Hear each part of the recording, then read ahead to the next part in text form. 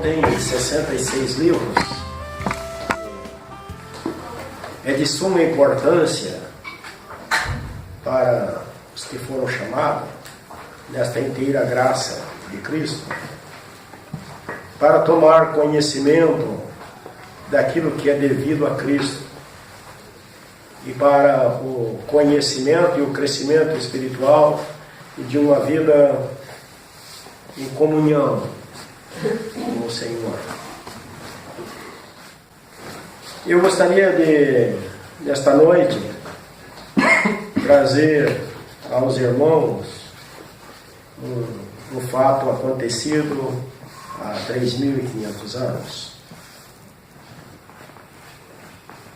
E quando nós lemos na Bíblia, nós vimos que esses fatos parece que vivem presente.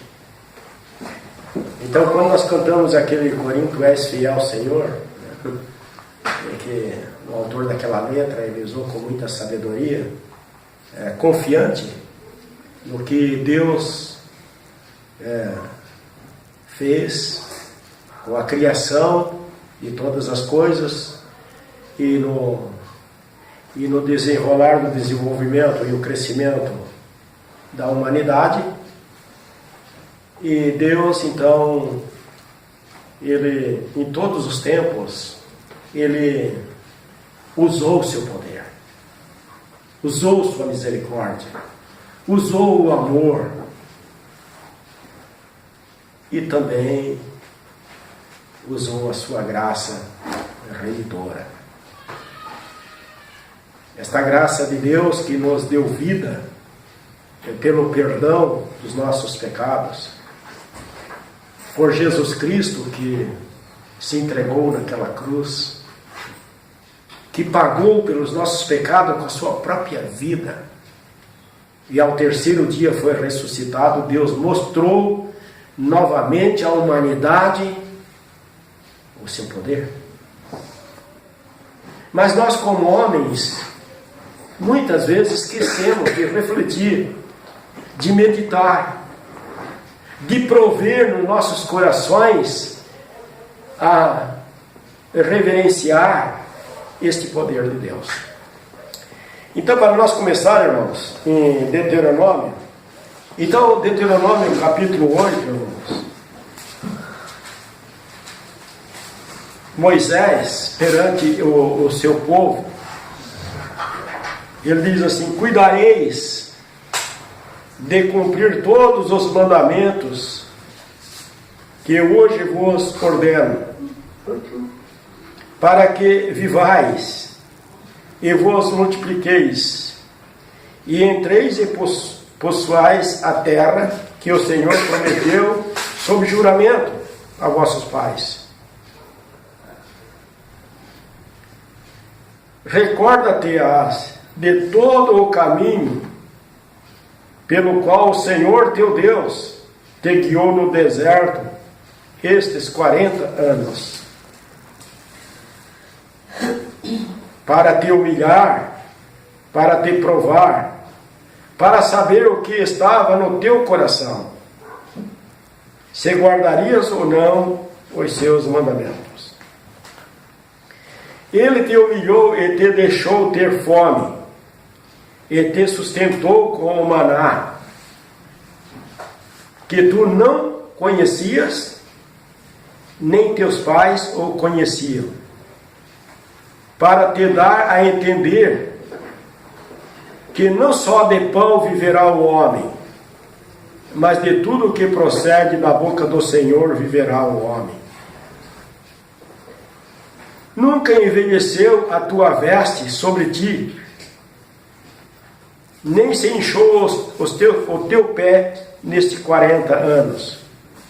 Sabes, pois, no teu coração, que como um homem disciplina a seu filho, assim te disciplina o Senhor teu Deus.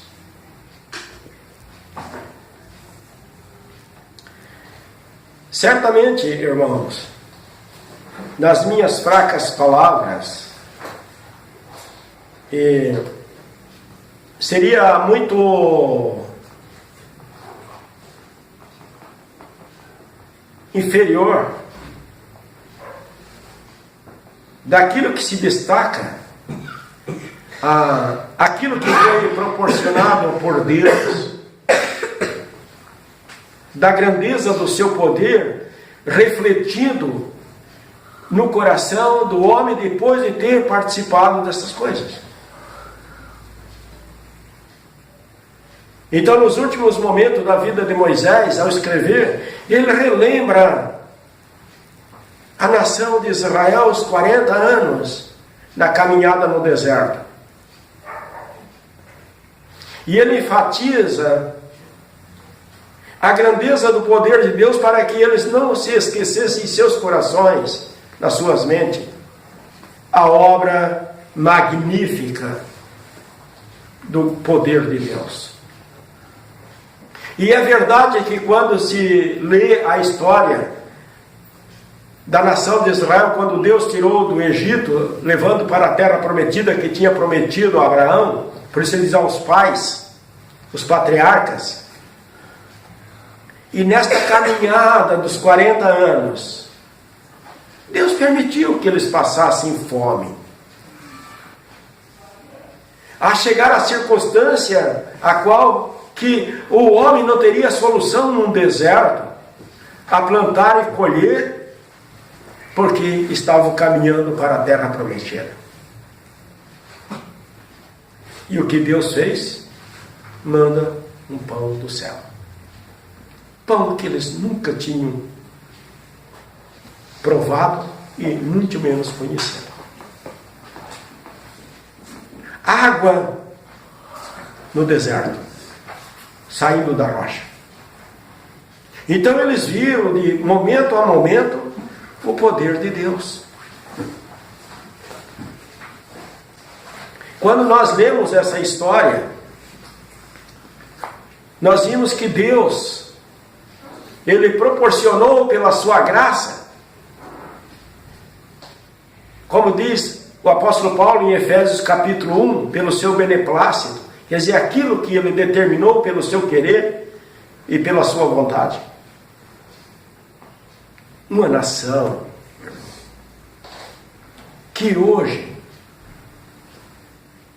elas ainda negam o Salvador. Que quando essa história aconteceu, até o nascimento da cruz de Cristo, passou-se mais ou menos 1500 anos. De Cristo até agora já se passou-se mais 2000 anos. Então eu falei, a história de 3500 anos. Mas nós lemos e vimos que até parece que isto é presente nos nossos dias de hoje, porque temos visto a operação do poder de Deus. E este versículo, o 2 principalmente, diz assim: recorda-te de todo o caminho pelo qual o Senhor teu Deus te guiou no deserto, estes 40 anos, para te humilhar, para te provar, para saber o que estava no teu coração, se guardaria ou não os seus mandamentos. A inteira confiança, ou confiar, ou a fé, que é um dom de Deus, ela guia a pessoa salva em qualquer circunstância da vida em que vive. Seja em momentos de alegria ou momento de tristeza. No coração do salvo deve ter essa atuação, inteiramente lembrado no coração, e cuidar para viver de acordo com a vontade de Deus. Isto nos chama a atenção, faz-nos conhecer, faz-nos viver pelo desígnio de Deus. O versículo 4, irmão, um fato acontecido que certamente nunca mais irá acontecer. Diz aqui: nunca envelheceu a tua veste sobre ti, nem se inchou o teu pé nestes 40 anos. Nós vimos o que a palavra de Deus nos relata, este fato tão importante nos 40 anos. Eles se alimentaram com o pão vindo de Deus, com a água vinda de Deus, e as suas vestes não envelheceram. Pois bem, irmãos, em Salmos 18, aqui já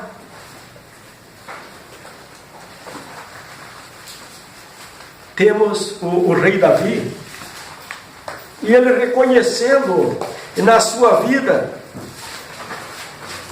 o que Deus o fez. Nós sabemos que o pai de Davi e seus irmãos eram pastores de ovelha. E quando Deus coloca ele como um rei agora eleito por Deus, e não pelo querer da nação de Israel, nunca estava isso na mente de Davi, que ele poderia ser uma autoridade suprema na nação de Israel. Mas passou várias dificuldades, mas ele confiante no Senhor, e ele teria vitória a cada momento difícil da sua vida, com muito respeito nas coisas de Deus. Quando Deus elegeu ele como rei na nação de Israel, nós vimos que Saul levantou severa perseguição. E numa caverna, os seus exércitos repousaram aquela noite junto. E a Bíblia diz que um dos soldados de Davi disse: vamos lá e matamos. Ele diz: não. Na Bíblia está escrito, nas Escrituras: não se põe a mão sobre o ungido de Deus, porque Saul era o ungido de Deus. Mas ele foi lá quietinho e cortou a parte da veste de Saul, e depois, ao amanhecer do dia, ele levantou. Ele se achou até culpado por ter tocado. Veja, irmãos, um coração voltado a Deus para não errar naquilo que era devido o propósito estabelecido por Deus de uma vida. E aqui no versículo 30 do capítulo 18, irmãos, o que diz: o caminho de Deus é perfeito, a palavra do Senhor é provada, ele é escudo para todos os que nele se refugiam. E a verdade é que quando nós examinamos as Escrituras e lemos, tomamos conhecimento, nós não vimos falhas no propósito de Deus e aquilo que Ele mandou que fosse escrito. E Davi, então, ele reconheceu deste ato glorioso de Deus em sua vida, ao ponto de dizer: o caminho de Deus é perfeito, a palavra do Senhor é provada, ele é escudo para todos que nele se refugiam. Certamente cada um de nós, em que passamos momentos difíceis na nossa vida, até por erro mesmo praticado por nós, mas quando voltamos à nossa consciência naquilo que é designado por Deus, surge no nosso coração o arrependimento, e depois do arrependimento a paz, porque se reconheceu o ato que não foi praticado de acordo com a vontade de Deus, com a vontade do Senhor. Então, irmãos, essa é a realidade do poder de Deus que atua sobre as nossas vidas. E quando Deus ele chamou Abraão, ele viu o mundo todo no pecado, sem ninguém que o adorasse, que o servisse. E ele chamou e separou do mundo do pecado, para que Abraão então honrasse a Deus. Mas a nação não seguiu. Os filhos não seguiu a vida exemplar do seu pai. E até este momento, quando Moisés então escreve, ele recorda: fique nesta posição pela qual Deus instituiu para que vós confie e prossiga. Irmãos, quando nós olhamos em Romanos capítulo 1 de Romanos, o versículo 16,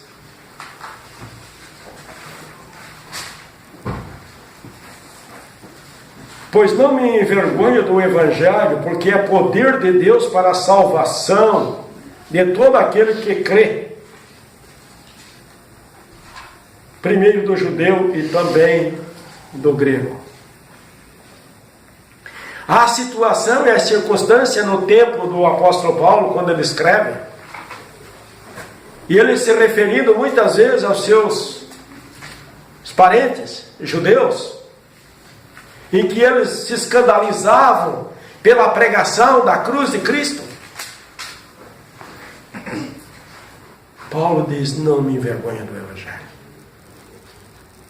Não me envergonho do Evangelho, porque é poder de Deus para a salvação daqueles que são chamados e vão confessar Cristo. Por que nós estamos aqui, irmãos? Porque o Evangelho é o poder de Deus. Foi o Evangelho que veio a nós pela graça de Cristo para esta salvação. Porque a palavra nos faz uma descrição da nossa vida no pecado, mortos, sem entendimento, alheios, separados. E a graça de Deus operou pelo Evangelho, é o poder de Deus para a salvação. Mas esse mesmo Deus que dá o seu Evangelho como poder para a salvação, neste mesmo Evangelho ele conta a condenação pelo poder de Deus para aqueles que não querem ouvir o Evangelho. Então o poder de Deus ele é atuante, tanto na manifestação neste mundo, como na manifestação vindoura. Ao ponto de Deus, pela graça que nos foi concedida em Cristo, de fazer a promessa de nos ressuscitar. Tanto há ressurreição para os salvos, como há ressurreição para os perdidos, para a condenação ao lago do fogo do inferno. É o mesmo poder de Deus que vai fazer isso. Aí no versículo 18, diz assim: a ira de Deus se revela do céu contra toda impiedade e perversão dos homens que detêm a verdade pela injustiça.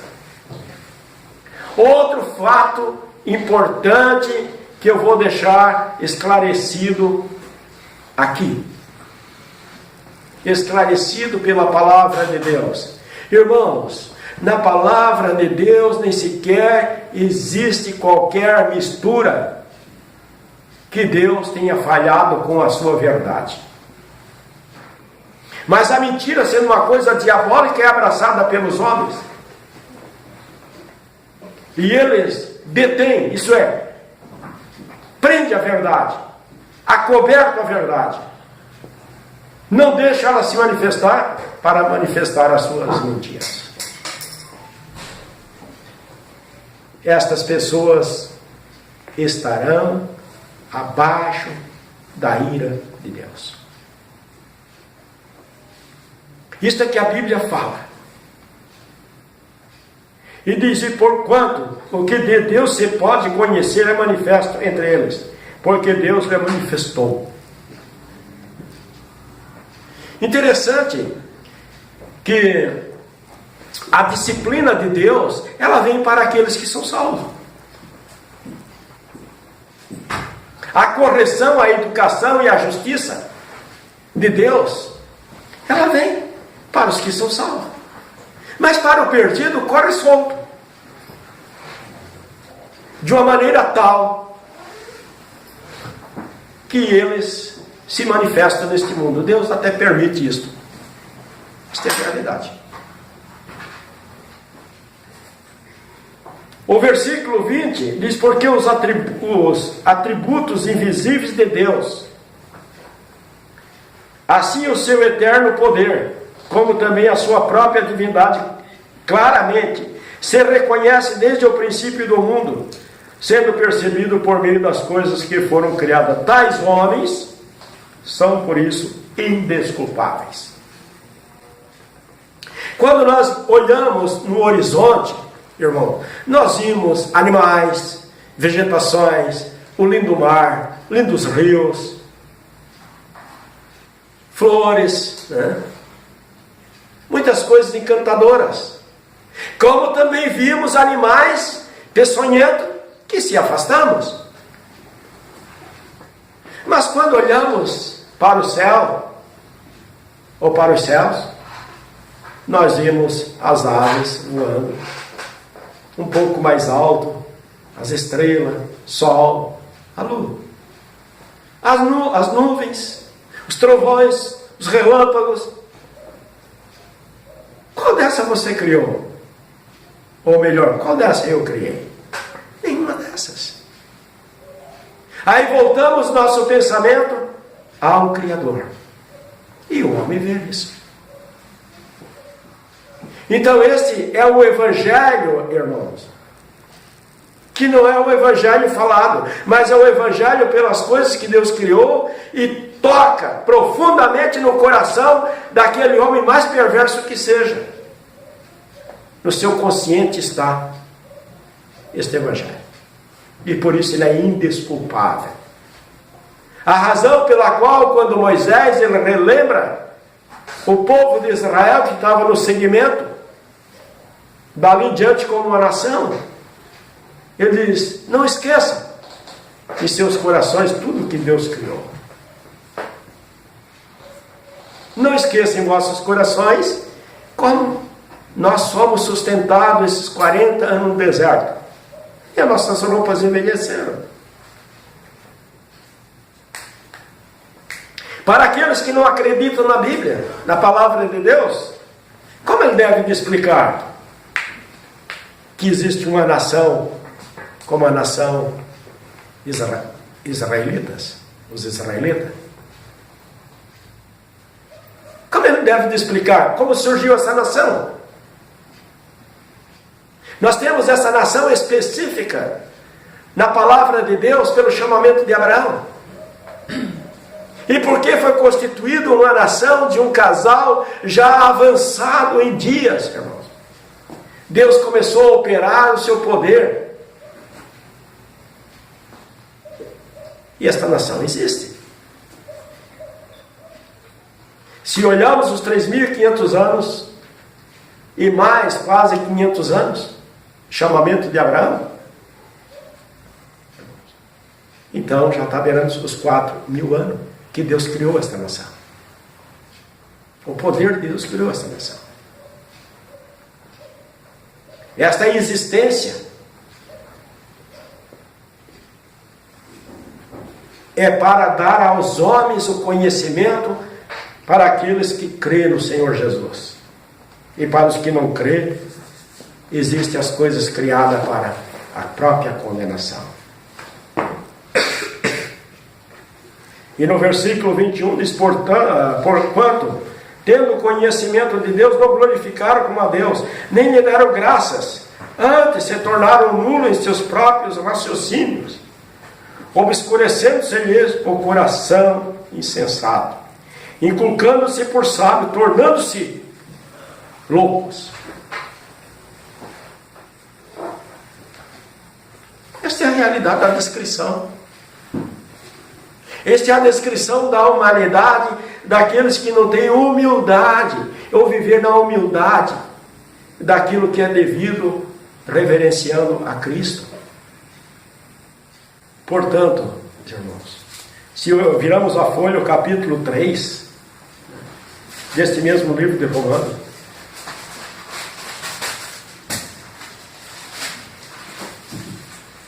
no versículo 22, justiça de Deus mediante a fé em Jesus Cristo, para todos e sobre todos que creem, porque não há distinção. Pois todos pecaram e carecem da glória de Deus. Quando o homem se apega no outro homem para buscar recurso, é infeliz, porque não há salvação em homem algum. Porque este homem que busca recurso e que o outro homem promete algo que não pertence a ele, este mesmo homem que promete, ele é pecador e carece da glória de Deus. Carece deste sangue que foi derramado naquela cruz para o perdão dos seus pecados. Este é o fato significativo daquilo que foi proporcionado pela grandeza da graça de Deus. Pois todos pecaram, todos. Deus, em determinado tempo, ele olhou do céu para a terra, não havia um justo sequer. Não havia. Porque todos pecaram. Mas para esta justiça ser revelada pelo propósito de Deus na salvação, segundo a grandeza da graça de Deus, é o perdão concedido por Deus. Porque o seu Filho, Jesus Cristo, pagou este preço. Pagou com o seu sangue na cruz. E o versículo 24 diz: sendo justificado ou perdoado gratuitamente por sua graça, mediante a redenção que há em Cristo Jesus, a quem Deus propôs no seu sangue, como propiciação mediante a fé, para manifestar a sua justiça, por ter Deus, na sua tolerância, deixado impunes os pecados anteriormente cometidos. Portanto, irmãos, feliz o homem que tem o ouvido para ouvir, tem o olho para olhar a palavra de Deus, tem o coração para crer, uma boca para confessar esta graça de Deus, pela esperança da vida eterna. Porque o próprio Deus, o Deus único e soberano, cheio de poder, ele concede o perdão ao homem no sangue de seu Filho Jesus Cristo. E diz aqui, deixando impunes o pecado cometido. Quer dizer, o sangue de Cristo, o sangue de nosso Senhor Jesus Cristo, que verteu naquela cruz, é que apaga o sangue, ou apaga o pecado. Não há mais punição para esse pecado. Olha a vantagem, olha a grandeza do perdão. Olha essa grandeza do perdão. É impune, não tem mais punição. Porque o Cristo justificou o pecador perante o Pai, pela sua morte na cruz. E o poder de Deus, quando Ele fez esta obra tão importante, no momento em que os homens desceram da cruz levaram até o túmulo, fecharam aquele túmulo. Da morte até a ressurreição. No terceiro dia, o Senhor Deus foi lá e revestiu com o seu poder. A ressurreição. Da mesma forma, em Cristo, para os que são chamados por esta graça, essa graça operadora, que opera, ressuscita o salvo para tomar a glória eterna. Um corpo transformado como o corpo de Cristo, como diz em Filipenses. Mas o perdido também vai ser ressuscitado e julgado para o lago do fundo do inferno. E a quem Deus propôs no seu sangue como propiciação, isto é, o sangue de Cristo foi favorável ao pecador, a favor do pecador. Não existe um outro favor que possa conceder ao homem a vida eterna. Este é o favor de Deus. Este é o favor que concede o perdão. E mediante a fé, mediante Jesus Cristo, para manifestar a sua justiça, Deus manifestou a sua justiça neste mundo, por ter Deus, na sua tolerância, deixado impunes os pecados anteriormente cometidos, tendo em vista a manifestação da sua justiça no tempo presente. Esta manifestação da justiça nesse tempo presente. Quando nós lemos na Bíblia tempo presente hoje, essa expressão é esse período da dispensação da graça de Deus.